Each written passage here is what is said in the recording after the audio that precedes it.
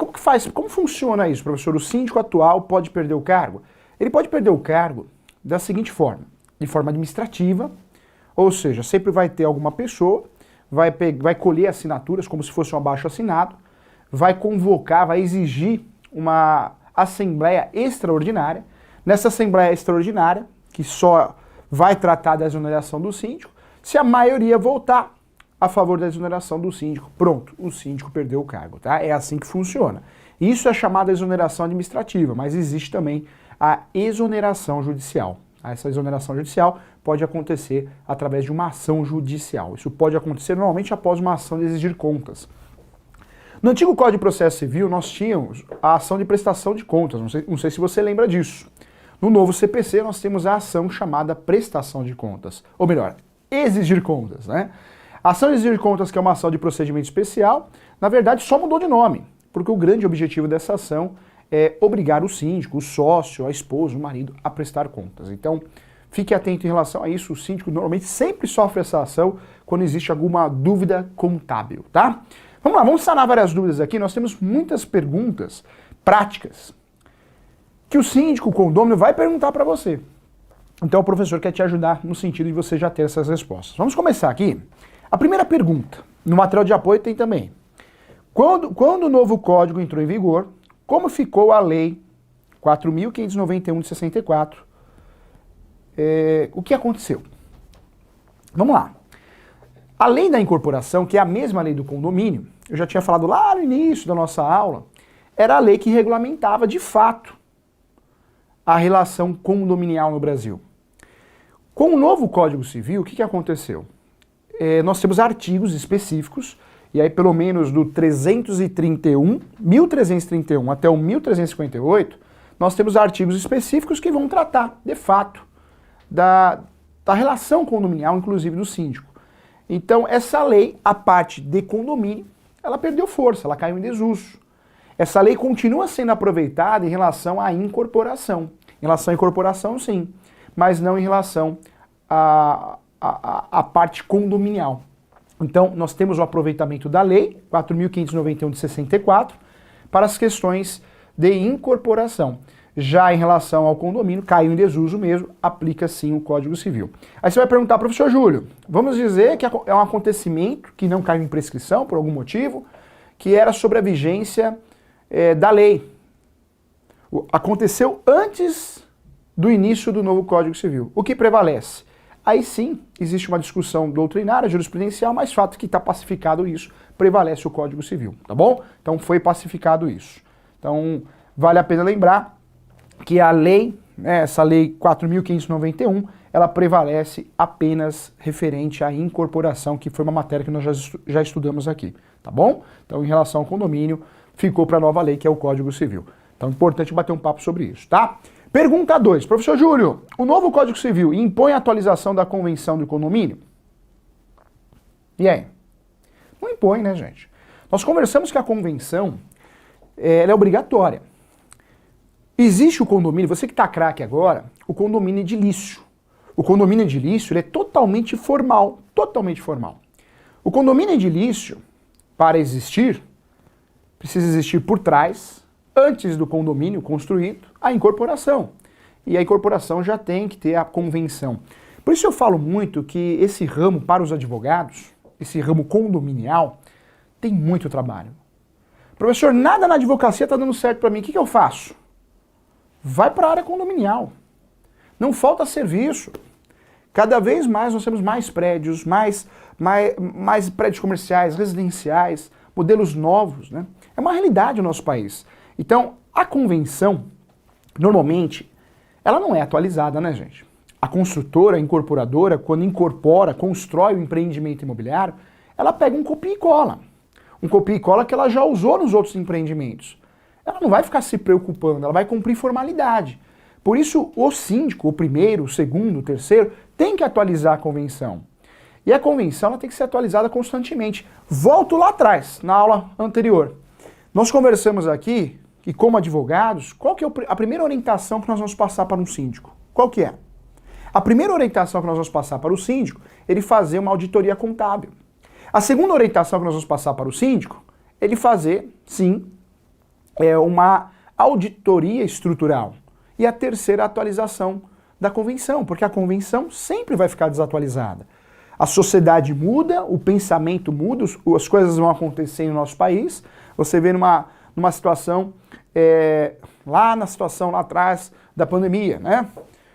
Quantas convenções são omissas em relação ao home office? Não fala nada. E hoje você tem uma convenção que menciona o que é autorizado trabalhar em home office, num condomínio residencial, é importante. Porque você pega, sei lá, um torneiro mecânico, um marceneiro, fala, eu vou trabalhar em casa, é direito meu. Só que talvez o maquinário vai fazer barulho, vai gerar um incômodo de vizinho. Talvez aquele serviço não permita que seja feito o home office. Então, olha como muda o pensamento. Surge a necessidade de uma atualização da convenção constantemente, da convenção e do regimento interno. O Código Civil não obriga, tá? Não é necessário você fazer a atualização, mesmo aquela convenção que é anterior ao Código Civil, aquela convenção que respeitava a Lei 4.591 de 64. Não é obrigatório. A lei não impõe a atualização da convenção, mas nós sabemos que a convenção tem que ser atualizada constantemente, né, gente? Constantemente tem que ser atualizada, tá? Então, vale a pena bater um papo sobre isso. Vamos lá, mais uma pergunta importante que eu queria tratar com você. Professor Júlio, o que é a convenção do condomínio e qual a sua natureza jurídica? Então, vamos lá. Segundo o artigo 1333 do Código Civil, a convenção do condomínio, ela tem caráter, sim, estatutário e institucional. Ou seja, a convenção condominial, ela é a lei do condomínio. Tudo pode ser feito, criado dentro de uma convenção? Existem limites, né? E quais são esses limites? São as chamadas cláusulas abusivas. Qualquer cláusula que afronte o Código Civil, que é, nesse momento, a lei que vai tratar da relação condominial, essa cláusula é nula. Essa cláusula é nula de pleno direito. E por que eu falo isso, que essa cláusula é nula? Porque é mesmo. A jurisprudência, a doutrina, entende que é nula. Quer ver uma cláusula que sempre tem errada nas convenções? Eu já mencionei isso. Muitas convenções, absurdamente, por colegas advogados, né, normalmente é o advogado que faz, não é isso? Falta de conhecimento, diferente de quem faz nossa pós, aqui a gente tem segurança e sabe o que está fazendo, hein? Inclui uma cláusula dizendo que o inquilino fica proibido de ser candidato a síndico. Quando eu falo de síndico morador, né? Essa cláusula é totalmente abusiva, ela é nula de pleno direito, porque é uma afronta ao Código Civil. Lá no Código Civil está muito claro que qualquer um pode ser síndico, inquilino, proprietário ou até um terceiro, que é o caso do síndico profissional. Então, qualquer cláusula que eu crie dentro dessa convenção para afrontar, para gerar uma afronta ao Código Civil, quem vai ganhar essa briga é o Código Civil, não é a convenção, tá? Então a convenção, ela tem a natureza, sim, estatutária, né? Estatutária, institucional. Deixa eu trazer um conceito aqui da convenção que aparece para você no material também, hein? A convenção do condomínio tem caráter estatutário ou institucional, na minha opinião, tem caráter institucional e estatutário, sendo, portanto, um ato norma, a normativa interna, né? Assim, não é um contrato, não é considerado um contrato. Por tal razão, alcança não só os seus signatários, mas também todos os que ingressarem nos limites do condomínio. Artigo 1333, eu tinha até mencionado, do novo Código Civil. O registro da convenção será feito sempre no cartório de imóveis. É necessário apenas para torná-la válida perante terceiros, já que a convenção do condomínio é aprovada em assembleia. Ainda que sem registro, é eficaz para regular as relações entre os condôminos, como afirmado, inclusive, numa súmula. Até a súmula trata desse assunto. Anota essa súmula aí no seu notebook, no seu caderno, que é importante, tá? 260 do Superior Tribunal de Justiça. Súmula 260 do Superior Tribunal de Justiça. Então, quando eu falo de súmula, nós temos súmula para tratar desse assunto, tá? 260 do Superior Tribunal de Justiça. Professor, então, eu posso falar que a convenção condominial é um contrato? Não. Contrato é um acordo entre as partes. Convenção tem caráter normativo, ato norma. É lei, é uma lei interna. Ah, só os condôminos devem respeitar essa lei, né, professor? Sim, os condôminos, mas os terceiros também. Os terceiros que adentram no condomínio. Então, quando um terceiro entra no condomínio, ele tem que respeitar também a convenção. Então, eu não posso falar que a convenção só serve para os condôminos, que é lei obrigatória para os condôminos. Não, para terceiros também, desde que eles frequentem o condomínio, entrem no condomínio, tá? Então, também fica aí essa questão resolvida aqui, tá bom? Lembra você que essa convenção, ela é aprovada em assembleia, já tem validade, mas o ideal é que seja feito o registro. Alguns falam registro, outros falam averbações, mas fato que você tem que registrar no cartório de imóveis para que, de fato, ela tenha publicidade. Professor Júlio, eu quero, antes de comprar um apartamento, antes de alugar um apartamento, eu sou muito desconfiado, eu quero ter acesso à convenção. Eu pedi para o síndico falou que está desatualizada, eu pedi para o síndico pediu para ir no cartório. Qualquer um consegue acesso à convenção.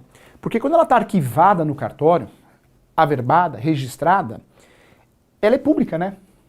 Então, nós fazemos o pedido no cartório de imóveis de certidão de propriedade, matrícula, transcrição, certidão vintenária, não é isso? Mas nós podemos pedir o quê? A convenção e o regimento interno. As convenções ficam arquivadas no cartório. E é pública, qualquer pessoa tem acesso a essa convenção. Se um corretor quiser ter acesso à convenção de um apartamento, por algum motivo, para ajudar na negociação, o advogado, diante de um processo, qualquer condômino, um terceiro, qualquer um. Os documentos do cartório de imóveis, nós temos que lembrar que são públicos, né, gente? Não é um documento que é arquivado lá só para o dono ter acesso, só para o proprietário, só para o condômino. Não. Está arquivado no cartório justamente por isso, para gerar publicidade. Qualquer um pode ter acesso, né? Então, vale a pena de bater um papo sobre isso, tá bom? Vamos lá, próxima pergunta aqui. Quando houver conflito entre a convenção do condomínio e o regimento interno, qual das normas prevalecerá? Eu já falei aqui em relação ao conflito de convenção condominial e lei, Código Civil. Desse conflito, quem ganha? O Código Civil, a lei. A lei sempre leva vantagem. Se existe um conflito entre convenção e Código Civil, o Código Civil que vai levar vantagem. Sempre vai levar vantagem, né? Em relação ao regimento interno e à convenção, aí a briga é outra, né, gente? Regimento interno e convenção são documentos, normas internas para os condôminos e terceiros que frequentam o condomínio. E acontece, hein? Tem muito regimento interno que fala banana, e a convenção fala abacaxi, né? Acontece, porque foi criado um regimento interno e foi atualizada a convenção. Então esse conflito interno, como que será resolvido? Vai prevalecer o bom senso, né? Se isso for parar no judiciário, o judiciário vai julgar com base no bom senso. O ideal é que prevaleça a convenção. O regimento interno também são regras, também são consideradas normas. Mas o ideal é que prevaleça a convenção, salvo exceção, quando existe uma abusividade, tá bom? Eu trago o conceito aqui, que inclusive é a resposta das mais de 80 questões que nós temos no material. Olha o que diz aqui o conceito. A convenção do condomínio difere do regimento interno, pela natureza das matérias tratadas. Compete à convenção dispor sobre a estrutura do condomínio e os direitos fundamentais dos condôminos. Já o regimento interno tem o objetivo de reger apenas convivência entre os condôminos. Por tais características, quando surge conflito entre a convenção e o regimento interno, prevalecerá o bom senso. Ou seja, a realidade. O que é essa realidade? A realidade, né? O bom senso. Por isso o judiciário sempre vai focar no limite da propriedade. E aí eu volto lá no direito de vizinhança, que nós tivemos a aula, foi muito bacana, muito legal, né? Direito de vizinhança é o limite de propriedade. Eu posso ser processado pelo meu vizinho, eu posso processar o meu vizinho quando existe uma afronta aos 3S, saúde, segurança, sossego. Então, no direito de vizinhança, vale a pena te lembrar também que ele é levado para o direito condominial. São vizinhos, condôminos são vizinhos. E vai prevalecer o bom senso, né, e os limites da propriedade, tá? Então, nessa decisão nós vamos ter isso. Importante bater um papo também. Vamos lá. Vamos tirar todas as dúvidas aqui, hein, gente? Vamos lá. Próxima pergunta também. Professor Júlio, A multa de 2%, prevista pelo novo Código Civil, é obrigatória? Nós já conversamos aqui que o síndico não pode dar desconto, hein? Quando o síndico é eleito e ele não tem um conhecimento básico sobre direito condominial, não tem dicas de outros condôminos, meu Deus do céu, ele não sabe a bucha que ele está assumindo, ele pode ser laranja, ele pode ser processado criminalmente por homicídio, nós já conversamos sobre isso, é uma fria, uma gelada total. Você pega esse síndico mal preparado, isso aqui eu falo nesse livro aqui também, eu falo nesse livro aqui, ó. Você pega esse síndico mal preparado, a primeira coisa que ele faz, um dos primeiros erros dele, é dar desconto.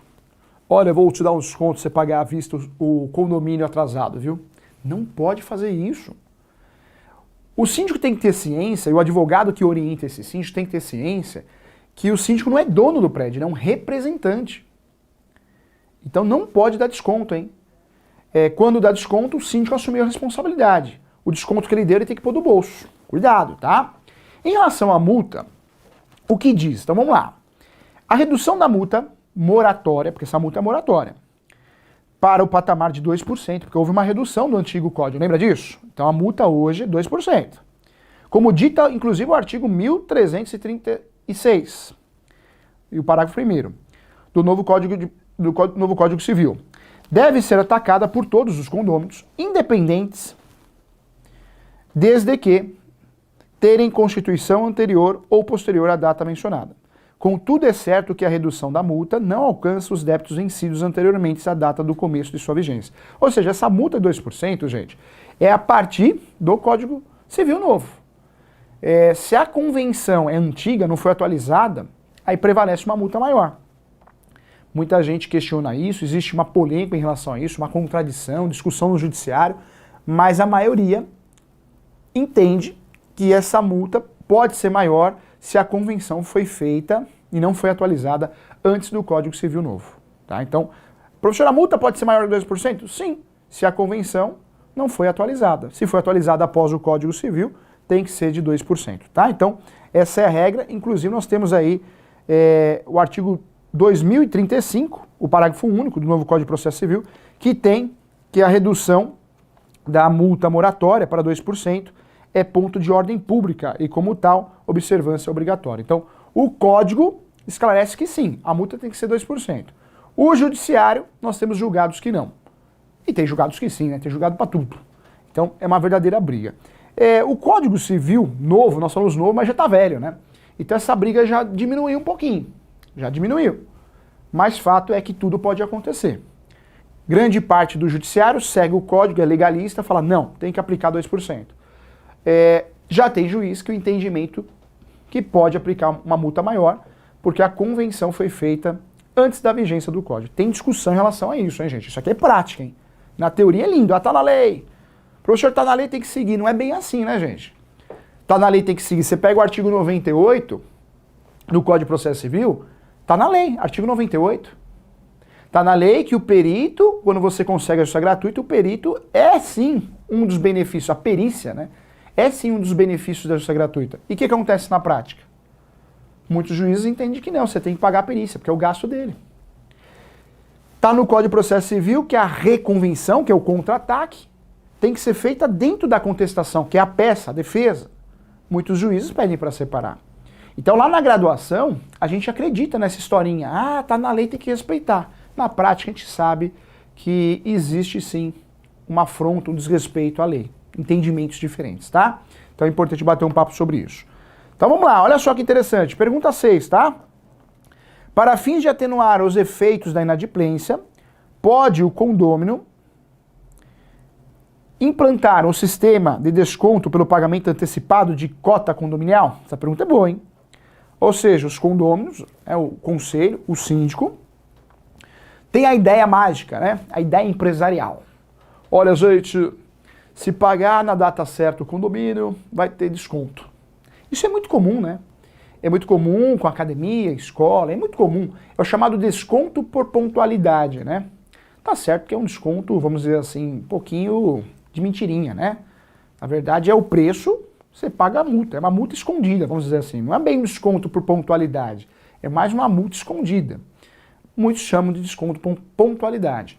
Professor, essa gestão, né, empresarial usada no comércio, eu posso levar aqui para as questões condominiais, eu síndico, se for aprovado? Aí muita gente vai falar assim, professor Júlio, sou advogado, eu orientei esses dias aí o meu cliente, o síndico, foi aprovado em assembleia, não tem que esquentar a cabeça. Cuidado, tá? Atenção aqui, ó. Essa multa de pontualidade, segundo a doutrina, a jurisprudência e a legislação, não pode acontecer no condomínio. Então, se você é advogado e deu essa orientação para o seu cliente, conserta. Faz uma nova assembleia e conserta, volta atrás. Por que eu falo isso? Porque o grande entendimento que não existe, não há que se falar em multa por pontualidade, tá? Então, olha só, professor, essa multa de pontualidade, o desconto pelo pagamento antecipado da cota condominial, pode ser dada? Não, a resposta é não. Vou fundamentar para você, tá? Não é recomendável a adoção do chamado desconto por pontualidade, conhecido também como cláusula de bonificação, outro nome dado, cláusula de bonificação, tendo em vista predominar o entendimento na doutrina, livros, jurisprudência, julgados, de que tal medida caracteriza uma forma de burlar a lei. Isto é, uma aplicação de multa moratória mascarada, acima do limite permitido, ou seja, superior aos 2% fixado lá pelo artigo 1336 do Código Civil, tá? Então, fique atento porque é uma realidade. Isso aí acontece também. Tem síndico que dá desconto, não pode, e tem síndico que conselho, vamos dar um desconto por pontualidade. Não pode, tá? O entendimento que não, porque está burlando a lei. Também é um assunto importante aqui. Vamos lá, mais oficina de prática, hein? 7. Na convenção do condomínio, os juros poderão ser aumentados para compensar a redução da multa moratória para 2%. É possível usar a taxa Selic? Aí eu pergunto para você, o que você acha disso, hein? Você que não leu o material. Vamos lá. Pode ou não pode usar a taxa Selic com base nas multas? Pode ou não pode? Não pode, gente, não pode. O brasileiro, nós temos uma mania também de usar o salário mínimo, não é isso? Ah, professor Júlio, vamos usar o salário mínimo como multa. O salário mínimo não pode ser usado como base de cálculo. Nem para contrato de locação, hein, gente?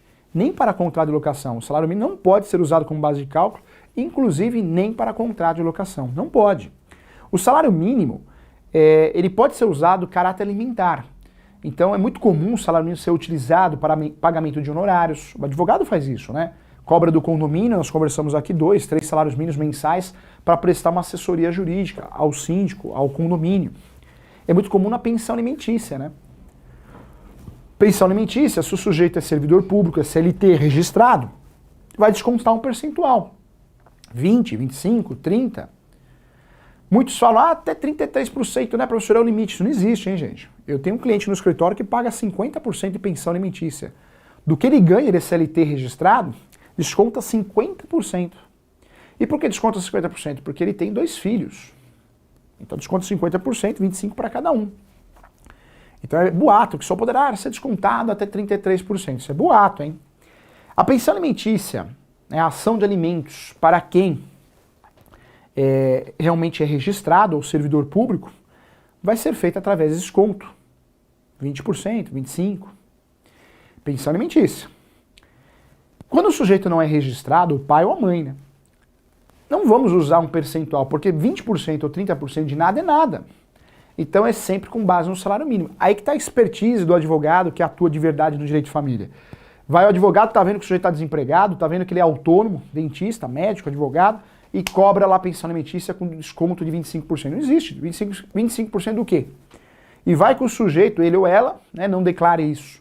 Então tem que ser um valor com base no salário mínimo, aí sim é permitido. Então o salário mínimo, ele é utilizado como base de cálculo quando tem a ver com pensão alimentícia e honorários. Aí é permitido uma exceção, mas não pode ser usado como base de cálculo para multas, cobranças condominiais e inclusive também para contrato de locação, né, gente? Não posso cobrar o aluguel com base no salário mínimo. Olha, o aluguel é 2 salários mínimos. Não pode, é proibido, tá? Não pode fazer isso. Vamos lá, vamos juntos aqui, olha só. Então nós temos aqui uma situação que não pode. Nem taxa Selic, e aí eu trago também o salário mínimo. Não, o artigo 1336, parágrafo 1º do novo Código de Processo Civil, diz que o condomínio deverá ficar sujeito aos juros remuneratórios convencionados ou não previstos, os de 1% ao mês. O entendimento predominante a respeito do assunto é que mesmo com a entrada em vigor do novo Código Civil, os juros convencionais moratórios continuam limitados à taxa de 1% ao mês, em face da interpretação conjugada nos artigos do Código Civil. 406, né, do Código Civil e também no 161 do Código Tributário Nacional. E também nós temos, é importante lembrar que nós temos a lei, não sei se você lembra, a chamada lei de usura, né? A lei de usura é um decreto que vai tratar dos juros, lei de usura, é isso mesmo, que é o decreto 22.626 e é de 33, gente, mas ainda é usada como fundamento das nossas peças a lei de usura, tá? Pós-graduação a gente aprofunda o assunto, é importante. Então tá aí, tá? Lembrando que você consegue sempre verificar taxas, juros, né, no site do Banco Central. Inclusive, isso nós vamos estudar ainda nas ações revisionais de financiamento imobiliário. Nós vamos tratar de todas as teses. Uma das formas de você saber se o seu cliente está pagando juros abusivos ou não é entrar no site do Banco Central, porque todo ano ele divulga o que é considerado uma taxa que não seja abusiva, tá bom? Então fica aí a dica para você. Então, muito importante falar sobre isso. Então, legal. Vamos lá, próxima pergunta que eu vou tratar com você aqui também. Quem responde pelas despesas ordinárias e extraordinárias? Também é uma dúvida, né, gente? E é uma dúvida do nosso cliente, o síndico, do conselho. E você como um bom advogado, você como um bom corretor, você tem que ter essas respostas na língua. Tem que ter, na ponta da língua, né? Não na língua, na ponta da língua. Imagine você, corretor de imóveis, tá lá mostrando um apartamento residencial comercial, vira o cliente seu, né, o inquilino, o comprador, o futuro inquilino, vira para você e fala, olha, e como funcionam essas despesas ordinárias e extraordinárias? Aí você vai virar para o cliente e falar, olha, não sei, gente, desculpa. Pelo amor de Deus, né? Não é o profissional de sucesso esse, de alta performance. Tem que ter resposta. Mais que um vendedor, você tem que ser um consultor. E o mesmo acontece com o advogado, né? Já pensou, você é advogado? Olha, eu não sei, eu preciso estudar o assunto. Não dá, né? Então, a gente precisa responder sim. Despesas ordinárias, despesas extraordinárias. Despesas ordinárias, você já sabe, nós temos essas despesas ordinárias. É o aluguel, é a prestação, são as despesas fixas, né? Ordinárias, todo mês tem. Extraordinárias são as chamadas despesas de previsto. São os previstos da vida. Fura o pneu do carro, você precisa arrumar isso, queimou o chuveiro, não é isso? São as despesas extraordinárias, né? Então isso também acontece no condomínio. Despesas ordinárias, as fixas, mensais, as comuns. Extraordinárias são as despesas, são os imprevistos que acontecem. Tem que saber, é o básico, não tem jeito. E como que funciona isso, né? Como que fica aí a responsabilidade? Quem responde por essas despesas? Então também aqui a resposta, as despesas ordinárias são de responsabilidade do inquilino. Correto? Isso eu estou falando de locação, né, gente? Professor, mas eu sou proprietário. Aí não tem lógica falar que você vai responder só por uma ou por outra. O proprietário sempre responde pelas duas despesas, ordinárias e extraordinárias. Sempre. O proprietário assume todas as despesas. Se o proprietário do apartamento, da unidade autônoma, ele aluga, aí é diferente. Aí ele responde pela extraordinária e o inquilino pelas ordinárias, tá? Que é o que está aqui no texto também. Então, ó, as despesas ordinárias são de responsabilidade do inquilino, quando alugado. Já as extraordinárias são de responsabilidade do condomínio locador. Artigo 22 e 23, lá da Lei do Inquilinato, que é a Lei 8.245 de 91. Tá? Então, nós estamos tratando aqui de uma responsabilidade locatícia. O apartamento, quando é alugado, comercial, residencial, o inquilino, o locatário, ele assume as despesas ordinárias. O proprietário do imóvel, do apartamento, comercial, residencial, em regra, ele tem que assumir as despesas extraordinárias, tá? Você já sabe a diferença aí para explicar para o seu cliente. Vamos juntos aqui. Próximo aqui também, que é uma dúvida muito comum. Qual a finalidade do fundo de reserva? Qual a finalidade do fundo de reserva? Professor, qual que é a finalidade? Fundo de reserva, acho que todo mundo tinha que aprender na escola, né, gente? O brasileiro precisava aprender a guardar dinheiro. O brasileiro não guarda dinheiro. Você sabe que o comerciante, ele quebra muito, condomínio também, né? Fica aí atrapalhado financeiramente por falta de caixa. Uma dica que eu dou para você que é advogado, muito advogado aqui conosco, muito corretor. Você tem escritório? Em primeiro lugar, tem que ter caixa, 3 meses os seus gastos, né? Ah, professor, vou abrir um escritório, tem que ter caixa, gente. E outra coisa, muita gente acha que abrindo um escritório num lugar, né, uma avenida famosa, vai garantir clientes. Isso não funciona, né? Tanto para a advocacia como para a corretagem, não é o local, é o profissional. Então, procure os clientes, tenha clientes primeiro, depois você monta o escritório. Esse deveria ser o raciocínio, né? Então, fique atento em relação a isso, tá? Fundo de reserva, que todo mundo deveria ter na vida, é algo legal. O condomínio pode sim e deve ter o fundo de reserva, porque os imprevistos aparecem, né, gente? A nossa casa, assim como o prédio, é um barco. Esse barco precisa de manutenção. Nós não falamos aqui que o ideal é que pelo menos a cada 1 ano faça uma vistoria, auditoria. Tem que fazer, né, gente? Senão a responsabilidade é sua. Então tem que fazer sim. Então vamos lá, olha só. Qual a finalidade do fundo de reserva? Guardar dinheiro, não é isso? Guardar dinheiro, fazer caixa. A sua finalidade é atender às despesas imprevisíveis, inadiáveis. Ou seja, é uma garantia para os casos de emergência.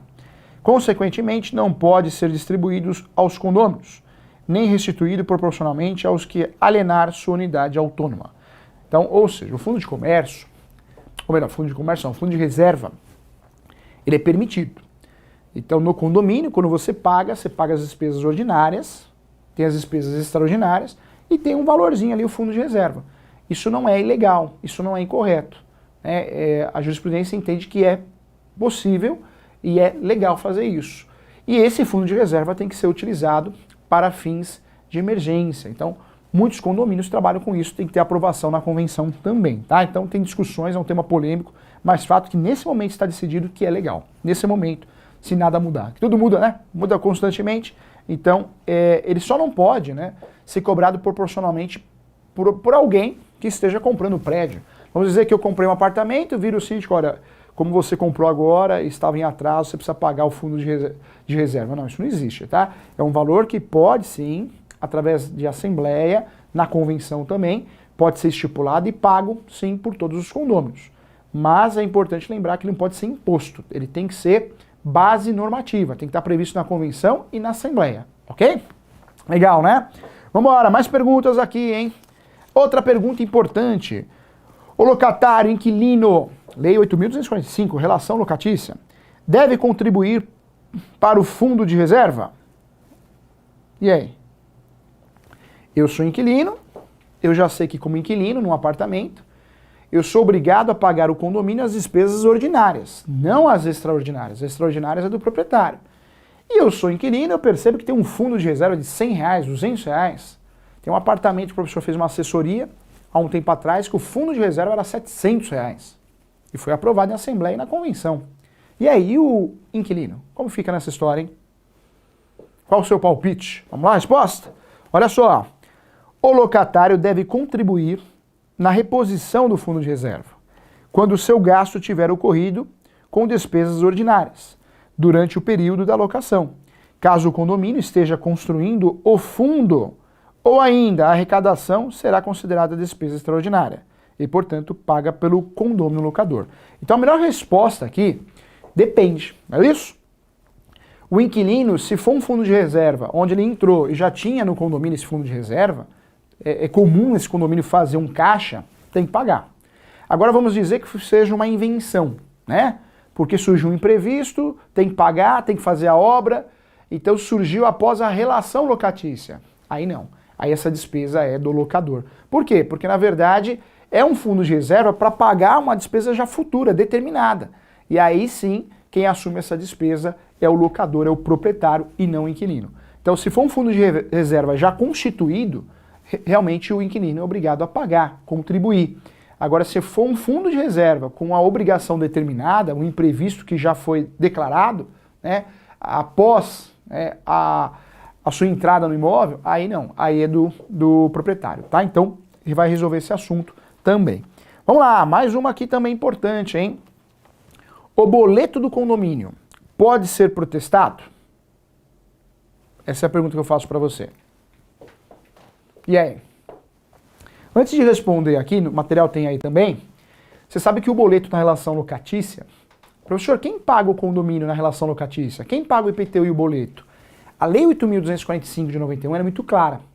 Na relação locatícia, no contrato de locação, quando ele é omisso, quem tem que pagar o condomínio? O IPTU e a taxa de boleto, né? A taxa bancária. Sempre o proprietário, hein, gente? Sempre o proprietário. A única exceção se tem uma cláusula dentro do contrato dizendo que quem vai pagar o condomínio, o IPTU e a taxa de boleto é o inquilino. Aí ele tem que pagar, porque foi pactuado, foi acordado, tá? Então, em relação ao condomínio, a regra do jogo é o proprietário pagar, a não ser que isso esteja previsto, pactuado no contrato de locação, que normalmente o locador empurra para o inquilino, né? Vamos lá, olha só a resposta aqui, hein? O boleto de condomínio pode ser protestado? Sim, sim, essa é a resposta. Olha só, a partir de 22/7/2008, foi publicada a Lei 13.160. Essa lei deu uma nova redação às normas, né, 7 e 8, aplicadas aos tabeliões. Então é possível sim. O boleto, até advogado está protestando o boleto hoje em dia, mas não pode, hein? O boleto é feito um procedimento e aí consegue protestar o boleto. Então é possível sim protestar o boleto, tá? Então, no passado não, hoje pode. Então também informação importante. E muitos condôminos criticam, né? Não pode, que absurdo, vai entrar com danos morais. Não, pode sim. Se for uma orientação sua, advogado, para o condomínio, para o conselho, para o síndico, é uma orientação correta. Pode protestar sim, e muita gente faz isso antes da execução, né? Então é uma saída sim. Então vale a pena bater um papo sobre isso. A Secov também se manifestou recentemente, dizendo que isso é perfeitamente possível, né? Claro que ela se manifestou após uma normativa, mas é possível sim, tá? Não só a Secov, mas o PROCON e o IDEC já se manifestaram a respeito também, ou seja, é totalmente possível. Até os órgãos de proteção ao crédito, até a Secov, o Cresce já se manifestou, então já está muito bem pacificado esse assunto, hein, gente? Por favor. Vamos lá, mais uma pergunta boa aqui. Aí eu quero saber se você sabe essa, hein? Professor Júlio, o inquilino não paga. Sou síndico ou sou advogado do síndico? O síndico me pergunta, posso incluir no SPC e Serasa, além do protesto? O protesto a gente já sabe que pode, do boleto. E o SPC e Serasa, negativação. Hoje nós temos o cadastro positivo, né? Score, né? Cada dia surge um. E tem um cadastro negativo, que é o mais antigo. Você sabe que quando a gente negativa alguém indevidamente, dá dor de cabeça, porque vai ter que pagar dano moral. Isso é a imagem da pessoa, é o nome da pessoa. Esquece em relação ao comércio. Condomínio. Pode ou não pode negativar? Quero a sua resposta aí, hein? Pode ou não pode negativar? Olha a resposta aqui, olha só. Trata-se do apontamento dos devedores do condomínio no banco de dados gerido pelas unidades particulares. O entendimento do Secov, São Paulo, Rio de Janeiro, Santa Catarina e ainda Brasília, que não é recomendado a adoção e tal postura, em razão do boleto, das despesas condominiais, pois não existe um requisito de proibição, mas também não existe um requisito de autorização. Ou seja, a legislação é omissa nesse sentido. Professor, posso eu protestar? Eu sou o síndico, eu sou o conselho, o advogado me orientou a protestar. Cuidado, é uma orientação de risco, porque nós não temos nenhuma normativa falando que pode protestar, não, protestar pode, né? Negativar. Negativar, nós não temos uma lei que autorize a negativação do boleto do inadimplente, a falta de pagamento do condomínio. Protestar, sim, pode, nós já conversamos. Negativar, que é diferente, né? SPC, Serasa, órgãos de proteção ao crédito, não existe uma regulamentação. O tema é muito polêmico, tem gente que fala que sim, tem gente que fala que não. Na minha opinião, eu oriento você com muito carinho. Se o seu cliente, o síndico, o condomínio, perguntar para você, olha, posso negativar, você acha que é uma boa? Fala para ele, não faça isso, não faça isso. Protestar pode, com segurança. Negativar nos órgãos de proteção ao crédito, não. Mesmo porque existe um entendimento, que é o meu entendimento que eu falo no livro, com base sempre na jurisprudência, que o órgão de proteção, os órgãos, né, que são vários, de proteção ao crédito, foram criados para o comércio, para proteger o comerciante, o empresário. O síndico, o conselho, os condôminos não são empresários, né, gente? Então, na minha cabeça, seguindo a cabeça do Supremo, que é o entendimento do Supremo, que é quem bate o martelão, né? Você negativar um condômino é esquisito, é indevido. Protestar é diferente. Existe uma autorização, vários entendimentos, mas negativar não. Então, se o seu cliente, que é um síndico, que é um conselho, perguntar para você, pode negativar? Posso negativar no SPC, Serasa? Eu já protestei. Posso negativar também? A sua orientação, com certeza, com muito carinho, é que não deve negativar, tá? Não deve negativar porque pode o condômino ingressar com uma ação de danos morais e aí tudo pode acontecer. Existe um entendimento de muitos juristas, muitos juízes, magistrados, que essa negativação seria indevida. Então vai dar dor de cabeça para o condomínio, porque já pensou perder uma ação dessa? Danos morais, 10 mil reais, 15 mil reais? Se o condomínio fica sabendo que o síndico deu uma orientação errada, com certeza pode ser que o condomínio queira a exoneração desse síndico, porque gerou um prejuízo de 10 mil reais, 5 mil reais, 15 mil reais. E se foi o advogado que orientou, desculpa, perdeu o trabalho, né? Perdeu o trabalho. Se eu sou síndico, você me orienta, não, negativa sim, viu? Pode, vai lá. Eu negativo, depois sofro um processo, eu síndico, representante do condomínio, e acabo perdendo a ação, fato é que você me deu uma orientação errada. Eu pago você mensalmente, consultivamente, para você passar boas orientações adequadas. Então você foi muito infeliz na sua orientação. Então entendimento que não, tá? Então cuidado com isso também. Vamos lá, mais uma aqui também. O que pode ser cobrado quando o condomínio atrasa o pagamento da cota? A multa, pode ocorrer o protesto e pode ocorrer a cobrança, ação de cobrança, ação de execução, que nós vamos falar já já na parte processual, tá? Lembrando que a multa com o novo Código Civil é de 2%. Multa moratória, 2%, tá bom? Sobre o débito. Já os juros moratória é 1% ao mês, hein, gente? Então, multa moratória 2%. Juros moratórios 1% ao mês. Tá bom? Então, vale a pena também lembrar desse ponto interessante. Eu espero você na próxima aula.